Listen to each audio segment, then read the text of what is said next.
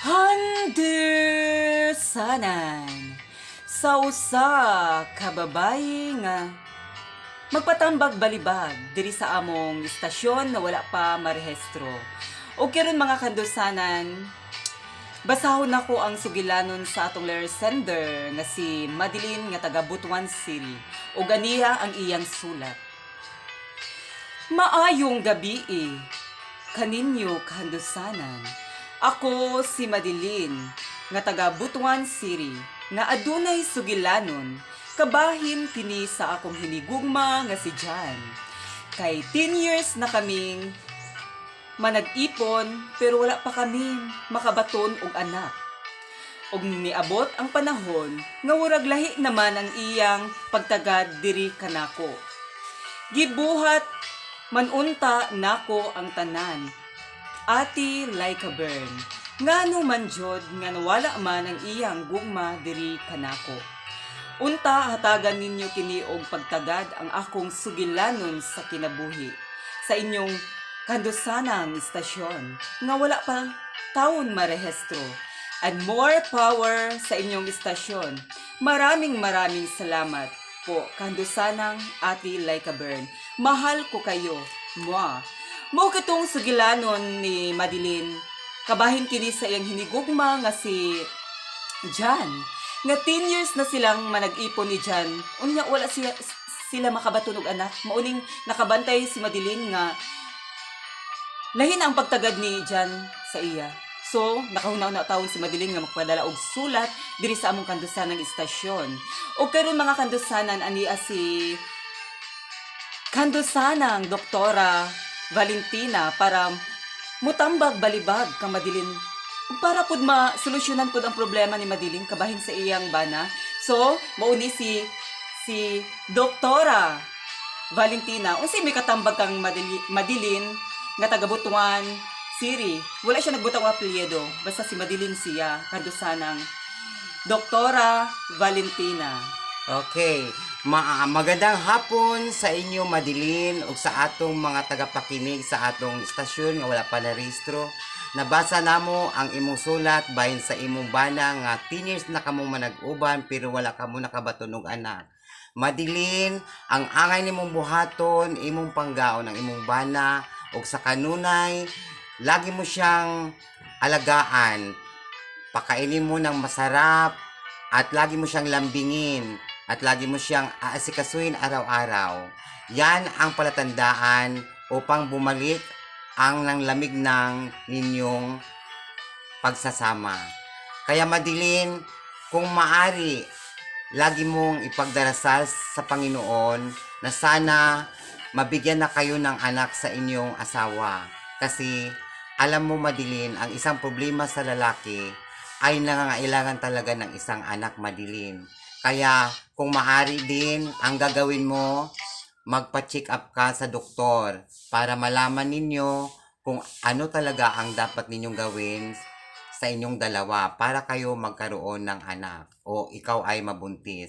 Kaya magpaalaga ka sa isang doktor para ang iyong asawa ay hindi naman lalamig sa inyo Madeline. Lagi mong tandaan Madeline na ang pagsisikap at ang pag-aaruga sa ating minamahal ay nagbibigay ng magandang buhay at kinabukasan sa ating kasiyahan sa ating Ito talagang pamilya. problema sa ating letter sender, Doktora Valentina, no?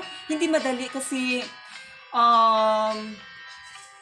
naramdaman talaga ni Madeline na nawala na talaga ang pag-ibig ni John para sa kanya. Madeline, kung wala ka gipasakitan ni John, ayaw na lang og kanang kabalaka kung wala ka niya gipasakitan kay wala man pud lagi nimo gibutang diri sa imong sulat nga gipasakitan ka or nangabit ba si John kay murag bukat-bukat gyud ang imong kanang imong sugilanon kay gipadala man gyud nimo diri sa among istasyon tapos namali pag gyud ka kay maayong gabi nga ang among programa pagbuntag raman unta no. Kung gipasakitan ka sa ako lang nga side, sa ako lang opinion, sa ako lang nga hunahunaan, kung gipasakitan ka, may pamagbulag na lang mo ni John. O pwede rin sila magbulag doktora no sa ako na side doktora no kanang pwede ra siguro sila magbulag. Si doktora urag dili siya against siya sa akong kanang tambag para kang madilin. Sige atong ipadayon ang kanang tambag kay panahon magini ni doktora no naghatag lang gid kanang gamay nga tambag para ka madilin para masolusyonan pud ang iyang kuan. Pero panahon magini ni doktora so napaikadugang si Doktora Valentina sa pagtambag kang madilin. Kasi may kadugang doktora. Madilin, wala nimo gibutang sa imong sulat kung gikasal mo sa imong bana. Bisag kasal ka o bisag dili ka kasal, as long as minahalay mong duha, ang inyong paghinigugma ay will last forever.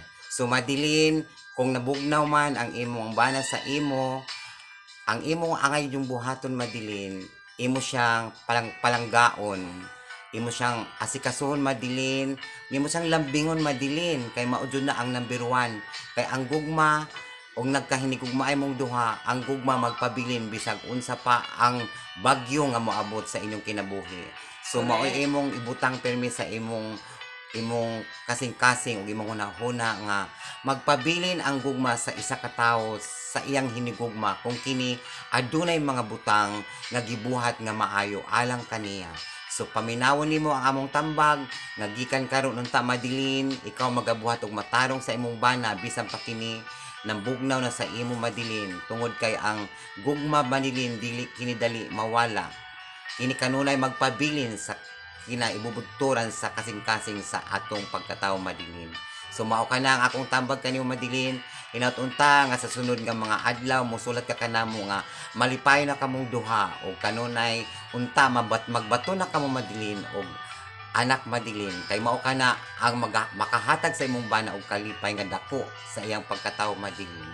Mao ra ka na Madilin, ako katambag kanimo, maayong adlaw sa inyong tanan diha labi na sa nagpaminaw ni ining among programa nga Handusanan.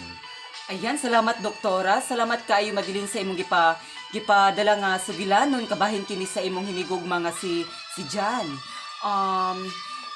Salamat gid kaayo Madilin sa imong gipadala kay dili lang ikaw ang kanang adunay sugilanon nga pareha sa imo no na sa tambag balibag ni doktora ura giseryoso na gid Doktora Valentina ang iyang kanang tambag sa imo no urag nagi ka ng something nga urag di tambag balibag urag insakto gid siya lahi ra kang Doktora Sofia.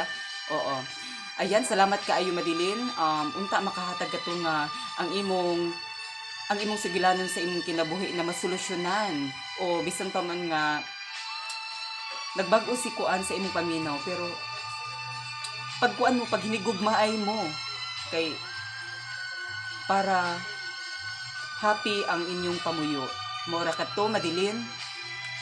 Ayan mga kandusanan, thank you for watching. Huwag kalimutang mag-subscribe sa aming YouTube channel, Like a Burn Aninohon. Thank you so much.